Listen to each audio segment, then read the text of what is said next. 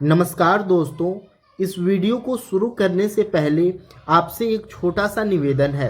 अगर आप बीएसएनएल से जुड़ी सच्ची और काम की खबर चाहते हैं तो प्लीज़ मेरे चैनल को सब्सक्राइब कर लीजिए और बेल आइकन को दबाना बिल्कुल भी मत भूलिएगा। अब हम बात करते हैं आज के सबसे ज़रूरी मुद्दे की। आज का ये वीडियो हर बीएसएनएल कर्मचारी, पेंशनर और कॉन्ट्रैक्ट वर्कर के लिए बहुत ही अहम वीडियो है।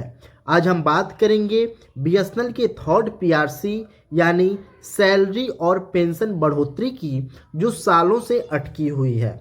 दोस्तों, आपने देखा होगा कि कभी दिल्ली में मंत्री के साथ मीटिंग हो रही है, तो कभी कोलकाता में धरना दिया जा रहा है, तो कभी तमिलनाडु में कन्वेंशन हो रहा है, तो कभी पूरे देश में कर्मचारी हड़ताल की तैयारी कर रहे हैं। लेकिन दोस्तों, इन सारे कर्मचारियों का एक ही सवाल है कि बीएसएनएल का जो थर्ड पीआरसी है कब मिलेगा। ये जो अफोर्डेबिलिटी क्लॉज है, इसको क्यों हटाना जरूरी हो गया है और कर्मचारी ही क्यों हमेशा नुकसान उठा रहे हैं। इस वीडियो में हम एकदम आसान भाषा में समझेंगे कि सरकार और बीएसएनएल मैनेजमेंट से क्या मांग की जा रही है, क्यों पूरे देश में कर्मचारी एकजुट हो रहे हैं और आगे आने वाली 12 फरवरी 2026 की जो हड़ताल है क्यों इतनी अहम है।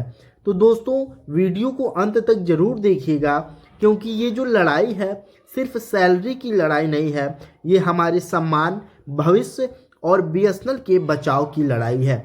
तो चलिए वीडियो को शुरू करते हैं। दोस्तों, 20 जनवरी 2026 को all India graduate engineer and telecom officer association की जो टीम है, जिसमें अध्यक्ष Shri Veerabhadra Rao, deputy general secretary Shri Pawan Akhand और all India organising secretary Shri Harjinder Singh इस टीम में शामिल थे। ये टीम डॉक्टर चंद्रशेखर पेम्मासानी, जो भारत सरकार में दूरसंचार राज्य मंत्री हैं, इनसे डाक भवन नई दिल्ली में ये टीम ने मुलाकात की है। दोस्तों, समस्या ये है कि सरकार ने बीएसएनएल के थर्ड पीआरसी को एक शर्त से जोड़ दिया है, जिसको हम कहते हैं अफोर्डेबिलिटी क्लॉज। मतलब बीएसएनएल अपने कर्मचारियों की सैलरी तभी बढ़ाएगा जब बीएसएनएल कंपनी अपने कागजों में प्रॉफिट दिखाएगा, जिसके वजह से ये जो टीम है इसका विरोध किया है।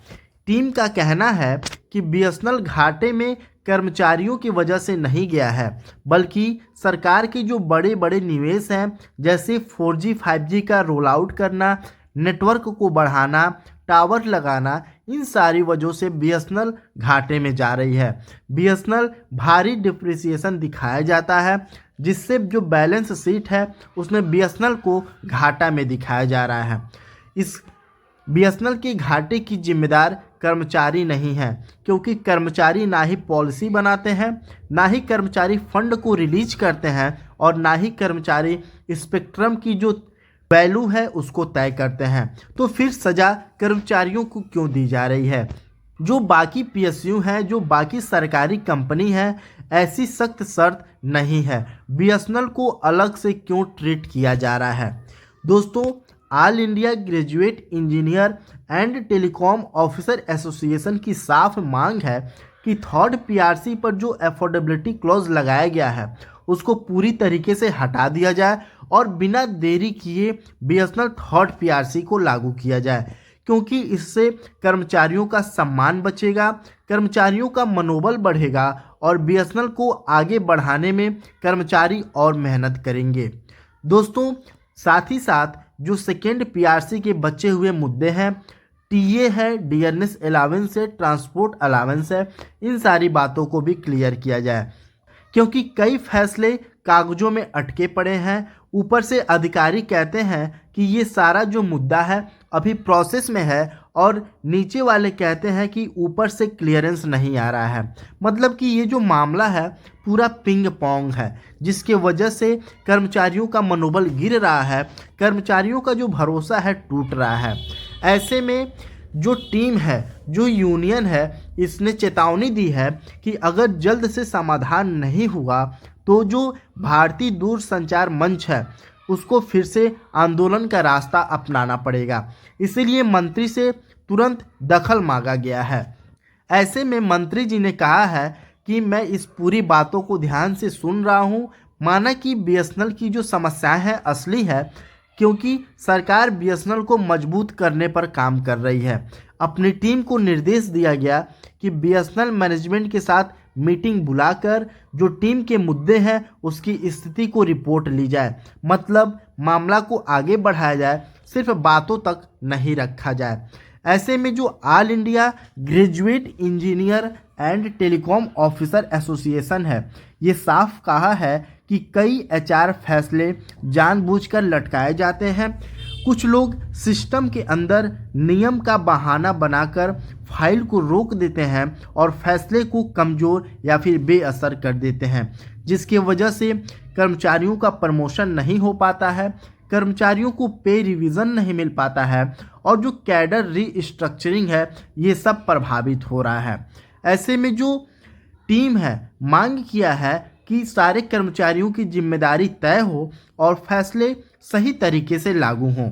साथियों, AIGE-TOA लगातार आपकी एचआर समस्याओं के लिए लड़ रहा है। मुद्दों को जो दूरसंचार मंत्री हैं, जो मिनिस्ट्री ऑफ कम्युनिकेशन है, प्रधानमंत्री हैं, पीएमओ ऑफिस है, इन सारी जगह इन मुद्दों को उठाया जा रहा है। साथ ही साथ जो भारतीय दूरसंचार मंच है और सभी यूनियन को एक साथ लेकर संघर्ष जारी रखा है। जिनके पास जनता का जनादेश है ये भले चुप हों, लेकिन जो टीम है ये टीम ने बीएसएनएल कर्मचारियों के मुद्दों को सबसे ऊपर पहुंचाया है। दोस्तों, आप सभी से अनुरोध है कि आप सभी लोग इस टीम के साथ बने रहें और आपका समर्थन ही इस टीम की सबसे बड़ी ताकत है। दोस्तों, जब टीम ने मंत्री जी से मिला तो अब 13 जनवरी 2026 को यही टीम ने माननीय संचार मंत्री श्री ज्योतिरादित्य सिंधिया जी से फिर से एक बार और नई दिल्ली में मुलाकात की और इस टीम में अध्यक्ष वीरभद्र राव भी शामिल थे, कन्वेनर श्री आफ्ताब अहमद खान भी शामिल थे, deputy general secretary Shri Pawan Akhand भी शामिल थे और all India organising secretary Shri Harjinder Singh भी शामिल थे। साथ ही साथ एजीएस श्री सुनील गौतम इस टीम में शामिल थे। दोस्तों, इस टीम का मकसद एक ही था कि बीएसएनएल की थर्ड पीआरसी और कर्मचारियों की जो बिगड़ती हुई हालत है उस पर खुलकर बात करना। टीम ने कहा है कि थर्ड पीआरसी बहुत ज़्यादा लेट हो चुका है और सैलरी की न बढ़ने से जो कर्मचारी हैं उनका मनोबल टूट रहा है। अच्छे और जो स्किल्ड कर्मचारी हैं ये कर्मचारी बीएसएनएल को छोड़ रहे हैं, जिसके वजह से कर्मचारियों में निराशा बढ़ रही है।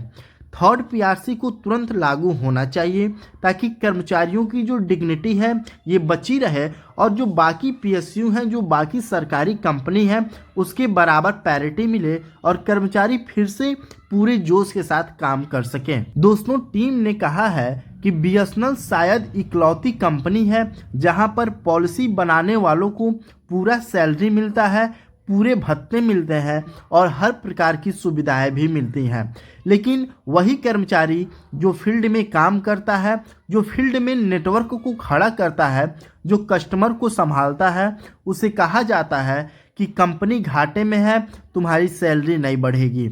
मतलब गलती किसी और की हो और सज़ा सिर्फ कर्मचारियों को भुगतना पड़े। ऐसे में माननीय मंत्री जी ने कहा है कि बीएसएनएल कर्मचारियों को ज़्यादा रेवेन्यू लाना होगा और कंपनी को प्रॉफिट में लाना होगा। तो टीम ने कहा है कि बीएसएनएल का हर कर्मचारी पूरी ईमानदारी से काम कर रहा है, कोई भी जिम्मेदारी से पीछे नहीं हटता है। लेकिन सच्चाई ये है कि बीएसएनएल पर हजारों करोड़ का जो निवेश हुआ है उसका डिप्रिसिएशन हर साल घाटा दिखाता है। इतना रेवेन्यू कमाना कि पूरा डिप्रिसिएशन कवर हो जाए और प्रॉफिट भी दिखे, ये बहुत मुश्किल है लेकिन नामुमकिन काम है। इसीलिए कर्मचारियों का साफ मांग है कि जो अफोर्डेबिलिटी क्लॉज है उसको बीएसएनएल से हटाना चाहिए, बिना प्रॉफिट की शर्त के थर्ड पीआरसी लागू होना चाहिए। दोस्तों, मंत्री जी ने आश्वासन दिया है कि सरकार बीएसएनएल की समस्याओं से वाकिफ़ है, बीएसएनएल को प्रॉफिट में लाने के लिए काम हो रहा है और कर्मचारियों का सहयोग जरूरी है। तो टीम ने दोबारा कहा है कि बीएसएनएल में और पैसा डाला जाए ताकि जो नेटवर्क है प्राइवेट कंपनियों जैसा बन जाए, क्वालिटी ऑफ सर्विस सुधर जाए और जो मुद्दे एचआर के हैं उसको भी सुलझाया जा सके ताकि कर्मचारी मोटिवेटेड रहें। दोस्तों, AIGETOA ने साफ बताया है कि बीएसएनएल में अपनी मजबूत मैनेजमेंट कैडर ही नहीं है, अपने रिक्रूटेड और एब्जॉर्ब्ड ऑफिसर कम हैं, ज़्यादातर काम लुक आफ्टर डेपुटेशन से चल रहा है, प्रमोशन सालों से रुके हुए हैं, अधिकारी एक ही पोस्ट पर सालों से बैठे हुए हैं, कैरियर रुक गया है, फ्रस्ट्रेशन बढ़ रहा है। जबकि जो दूसरी PSU है, कोर्ट केस के बावजूद भी नए तरीके निकालकर प्रमोशन किए जा रहे हैं। दोस्तों, टीम ने कहा है हर कैडर में योग्य अधिकारियों के प्रमोशन तुरंत हो, रेगुलर और टाइम बाउंड प्रमोशन हो, कोर्ट केस कम होंगे, बीएसएनएल की अपनी मैनेजमेंट तैयार होगी, जवाबदेही बढ़ेगी।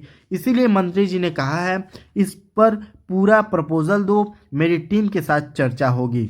दोस्तों, इन सारे मीटिंग के बावजूद भी सरकार अभी कोई एक्शन नहीं ले रहा है, जिसके वजह से जो CGMT ऑफिस है कोलकाता में, ये 19 से 21 जनवरी को BSNL coordination committee West Bengal circle द्वारा आयोजन एक बड़ी संख्या में बीएसएनएल के कर्मचारी, पेंशनर और कॉन्ट्रैक्ट वर्कर शामिल हुए हैं। कन्वेंशन की सबसे बड़ी वजह थी बीएसएनएल का 3rd PRC और पेंशन रिवीजन का ना होना। लोगों ने कहा है सालों से सैलरी नहीं बढ़ी है, महंगाई बढ़ती जा रही है, कर्मचारी और पेंशनर दोनों परेशान हैं।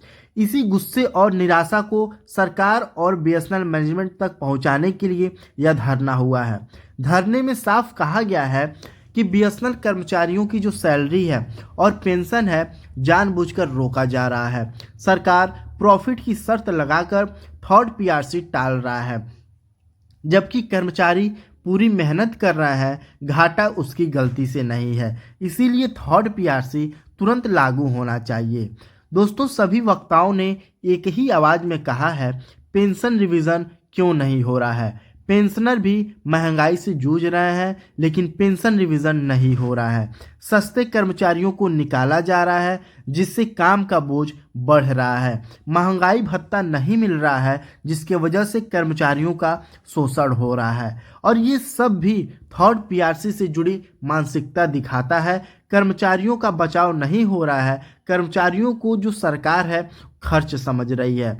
इस धरने में कहा गया है कि पेंशन वैलिडेशन एक्ट से पेंशन का भविष्य खतरे में है और जो नए लेबर कोड है उससे कर्मचारियों के अधिकार कमजोर हो रहे हैं, नौकरी और भी असुरक्षित हो जाएगी।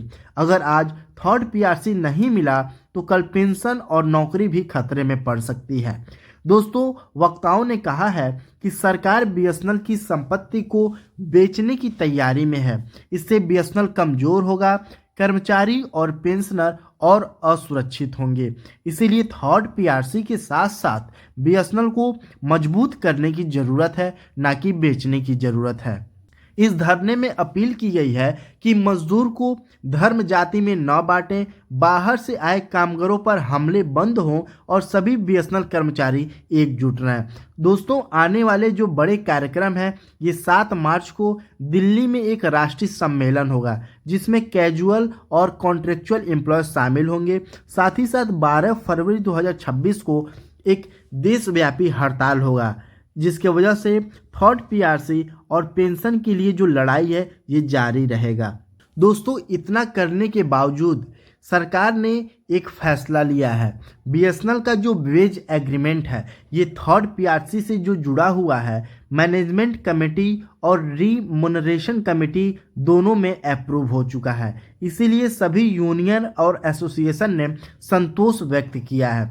मतलब कि जो 3rd PRC की फाइल है अब बीएसएनएल मैनेजमेंट के अंदर पूरी तरह तैयार है, क्योंकि अंदरूनी स्तर पर अप्रूवल मिल चुका है और अभी थोड़ा धैर्य रखने का फैसला लिया गया है।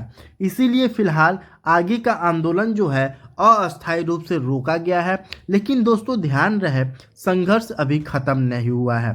दोस्तों, इस मीटिंग में तय हुआ है कि हम सीएमडी जो है, बीएसएनएल के जो सीएमडी हैं उनको पत्र दिया जाएगा, जिसमें कहा जाएगा कि वेज एग्रीमेंट को बिना देर किए डिपार्टमेंट ऑफ टेलीकम्युनिकेशन को रिकमेंड किया जाए, क्योंकि डिपार्टमेंट ऑफ टेलीकम्युनिकेशन के भेजे बिना थर्ड पीआरसी आगे नहीं बढ़ सकता है, जिसके वजह से जब एचआर और प्रशासन में विवाद होता है तो फैसले लटक जाते हैं और पे रिवीजन भी प्रभावित होता है। इसीलिए मांग किया गया है कि जो चेन्नई और तमिलनाडु सर्किल है वहाँ की जो टीएन है और जो एचआर है उनका ट्रांसफ़र किया जाए ताकि सिस्टम ठीक से चल सके। दोस्तों, जो नए डिपार्टमेंट ऑफ टेलीकम्युनिकेशन के सेक्रेटरी हैं उनसे मुलाकात हुआ है, उनसे कोशिश किया गया है कि जो नए डीओटी सेक्रेटरी हैं ये थर्ड पीआरसी को, वेज एग्रीमेंट को, अफोर्डेबिलिटी क्लॉज को सीधा तरीके से लागू करवाएं और खुलकर इस पर बात करें। मीटिंग में सबसे बड़ा फैसला ये हुआ है कि जो सांसद हैं, एमपी हैं, उनको मेमोरेंडम दिया जाएगा। अब ये मेमोरेंडम किस लिए दिया जाएगा? क्योंकि जो अफोर्डेबिलिटी क्लॉज है उसमें ढील लिए गए हैं, और आसान भाषा में समझें तो जब तक अफोर्डेबिलिटी क्लॉज रहेगा थर्ड पीआरसी अटकता रहेगा। इसीलिए जो संसद सत्र है 1 फरवरी 2026 से एमपी से कहा जाएगा कि सरकार पर दबाव बनाया जाए, जिसके वजह से जो अगली मीटिंग है एसएनईए के ऑफिस में जो ईस्टर्न कोर्ट में है 3 फरवरी 2026 को होगी, और यही तय होगा कि इंतज़ार करना है या फिर दोबारा आंदोलन शुरू करना है। दोस्तों, इस मीटिंग को लेकर वेल्लोर में एक वीए कन्वेंशन किया गया, जहां पर बीएसएनएल एम्प्लॉय यूनियन के जो सेंट्रल हेडक्वार्टर है उनके आह्वान पर जो अध्यक्ष हैं कॉमरेड मुरुगन, उन्होंने 100 से ज़्यादा बीएसएनएल एम्प्लॉय यूनियन के कर्मचारी, एआईबीडीपीए के कर्मचारी और कॉन्ट्रैक्ट वर्कर यूनियन के बहुत सारे कर्मचारी इस कन्वेंशन में शामिल हुए थे। इस कन्वेंशन की जो मुख्य बात थी, कॉमरेड एस चिलपल्ला ने कहा है कि जो वेज रिवीजन है, जो थर्ड पीआरसी है, उस पर साफ साफ समझाया गया है कि बीएसएनएल कर्मचारियों की सैलरी सालों से नहीं बढ़ी है, महंगाई लगातार बढ़ रही है, सरकार और मैनेजमेंट जानबूझकर देरी कर रहा है। इसीलिए थर्ड पीआरसी वेज रिवीजन अब टालना नहीं चलेगा। उन्होंने कहा है सिर्फ मीटिंग से काम नहीं चलेगा, कर्मचारियों को जनरल स्ट्राइक में बढ़ चढ़कर हिस्सा लेना होगा, जिसकी वजह से एक और कॉन्फ्रेंस हुआ है बीएसएनएल कॉन्फ्रेंस हॉल नागरकोल में, जिसके अध्यक्ष कॉमरेड के जॉर्ज हैं। करीब 60 कर्मचारी, पेंशनर और कॉन्ट्रैक्ट वर्कर इस मीटिंग में शामिल हुए थे, और यहाँ पे भी वही बातें उठाई गई थी। जो नॉन एग्जीक्यूटिव हैं उनके लिए वेज एग्रीमेंट, जो सर्किल सेक्रेटरी हैं बीएसएनएल एम्प्लॉय यूनियन के कॉमरेड बी मारीमुथु, उन्हें बताया है कि जो नॉन एग्जीक्यूटिव हैं उनके लिए वेज एग्रीमेंट जरूरी है, और बिना वेज रिवीजन के कर्मचारी टूट रहे हैं, काम का असर गिर रहा है। इसीलिए 12 फरवरी 2026 की जो हड़ताल है बहुत अहम है। साथ ही साथ पेंशनर का भी मुद्दा उठाया गया है और कहा गया है कि बीएसएनएल पेंशनर की जो पेंशन रिवीजन है नहीं हो रही है, महंगाई में पेंशनर सबसे ज़्यादा परेशान है। इसीलिए थर्ड पीआरसी वेज रिवीजन के साथ पेंशन रिवीजन भी जरूरी है।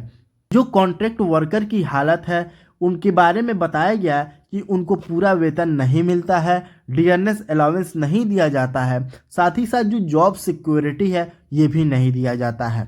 दोस्तों, जब तक नीचे के कर्मचारियों का शोषण रहेगा बीएसएनएल मजबूत नहीं हो सकता है। और अगर एकता की बात करें तो टी अरुमुगम ने कहा है कि धर्म जाति में बांटने से नुकसान कर्मचारियों का होता है, एकता होगी तभी थर्ड पीआरसी मिलेगा। दोस्तों, थर्ड पीआरसी वेज रिवीजन बिना संघर्ष के नहीं मिल सकता है। जो एग्जीक्यूटिव है, नॉन एग्जीक्यूटिव है, पेंशनर है, कॉन्ट्रैक्ट वर्कर हैं, सब एक हैं। सरकार की जो कर्मचारी हैं, विरोधी नीतियों का विरोध जरूरी है। 12 फरवरी 2026 की जो जनरल स्ट्राइक है ये एक निर्णायक स्ट्राइक है। साथियों, कुल मिलाकर बात एक ही है, बीएसएनएल के कर्मचारी किसी भी तरह से दोषी नहीं है, फिर भी सबसे ज़्यादा नुकसान उन्हीं को उठाना पड़ रहा है। थर्ड पीआरसी सैलरी और पेंशन रिवीजन को अफोर्डेबिलिटी क्लॉज के नाम पर रोका जा रहा है, जबकि बीएसएनएल का घाटा कर्मचारियों की वजह से नहीं है। अगर सरकार और मैनेजमेंट सच में बीएसएनएल को मजबूत करना चाहता है तो सबसे पहले कर्मचारियों का मनोबल बढ़ाना होगा। इसके लिए थर्ड पीआरसी को बिना देरी किए लागू करना और अफोर्डेबिलिटी क्लॉज में राहत देना जरूरी है। तो दोस्तों, अगर आपको ये वीडियो अच्छा लगा हो तो वीडियो को लाइक कर दीजिएगा और मेरे चैनल को सब्सक्राइब करना बिल्कुल भी मत भूलिएगा। ठीक है दोस्तों, मिलते हैं आपसे अगले एक और लेटेस्ट अपडेट के साथ। तब तक के लिए जय हिंद, जय भारत।